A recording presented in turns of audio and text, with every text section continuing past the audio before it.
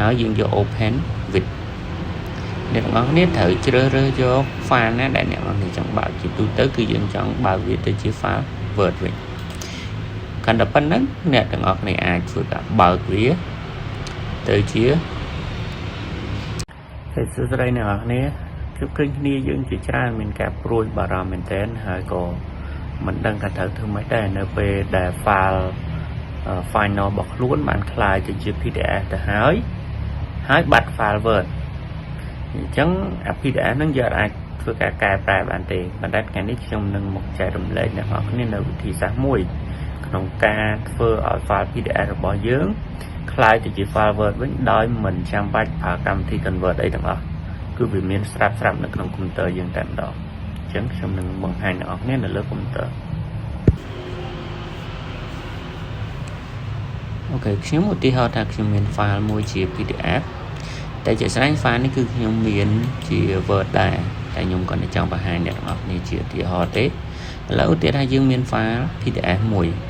ជាស្រេច file PDF នេះនៅពេលដែលយើងបើកមកយើងអាចធ្វើការកែប្រែនៅលើ PDF នឹងបានទេតែចំពោះខ្ញុំអាចធ្វើការកែប្រែបាននៅក្នុង PDF តែម្ដងប៉ុន្តែវីដេអូនេះខ្ញុំនឹងបង្ហាញអ្នកនរគ្នានៅពេលក្រោយទៀត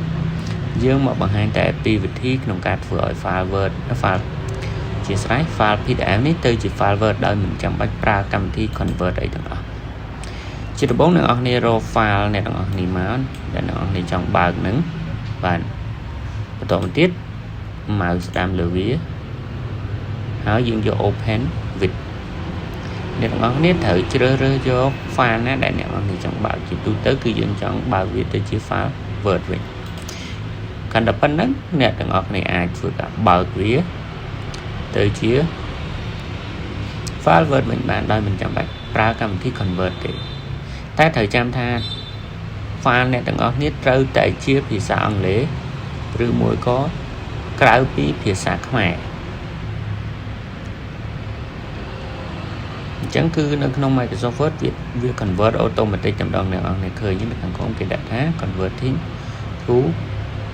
Microsoft Word កន្លែងនេះវាបង្ហាញហ្នឹងដោយសារតែវាជាប់ comment ទេនៅពេលដែលអ្នកនរគ្នាបិទ comment ទៅគឺវាចេញជា file Word ធម្មតានេះអញ្ចឹងវាជាប់ comment អញ្ចឹងណា